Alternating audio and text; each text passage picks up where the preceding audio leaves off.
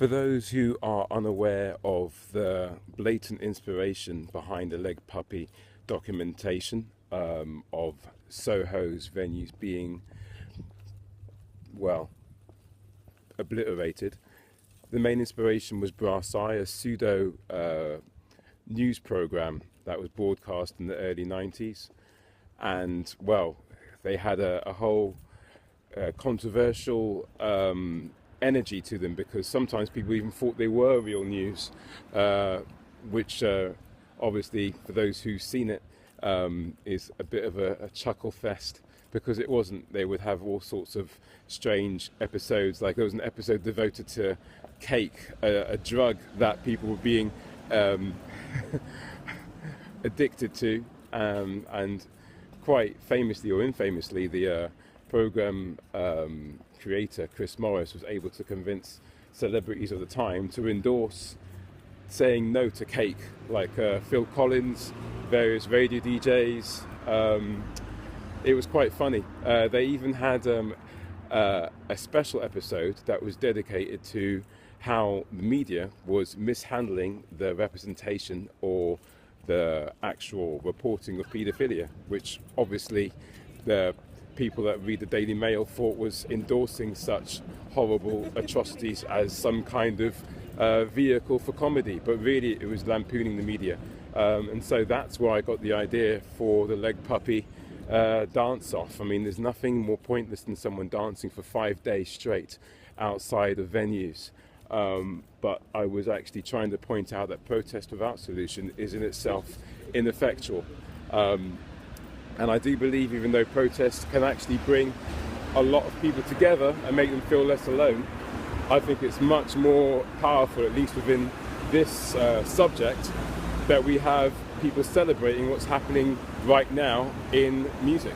You have a lot of promoters who are actually themselves in bands putting on shows, and that creates a special kind of connective tissue between audiences and bands, because they're aware that the promoters aren't these like shadowy figures that disappear once the bands do their sound check, if indeed they do bother to show up at all.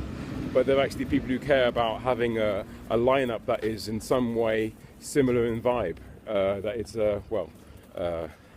hyper specific. So I'm talking about good promoters like, say, Some Weird Sin, Roadkill Records, We Can Do It Promotions, the little I've seen of Punk Rock and Roll Rendezvous, which I haven't seen for some time, put on by Healthy Junkies, and some associated bands to do with Garage Land.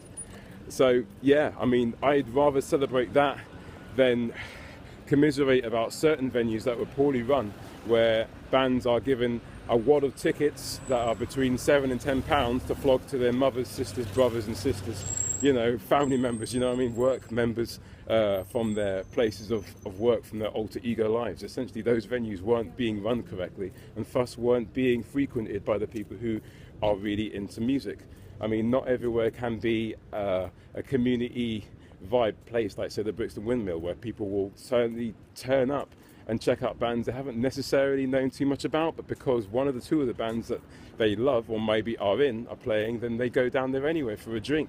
You know, true community spirit is what is obviously missing from these places that we apparently mourn over. Now, don't get me wrong, some of these places were used by the promoters that I've talked about in a positive light, like the Buffalo Bar near Highbury and Islington Station.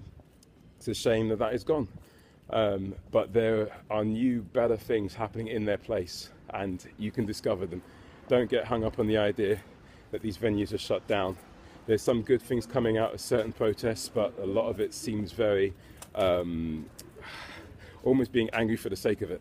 And so, yeah, that's where this mockumentary came out of. It's not mocking the actual subject, but the way the subject is being handled by those who could know a little bit more about what's going on the underground, because I'm convinced they don't. So that's how I see it. I wouldn't say that it represents the thoughts of the band in particular, or indeed those who may want to see a more serious take on what's happening out there. But it is no less a novel effort, I might say. So if I may say so myself. So yeah, now you know how I feel.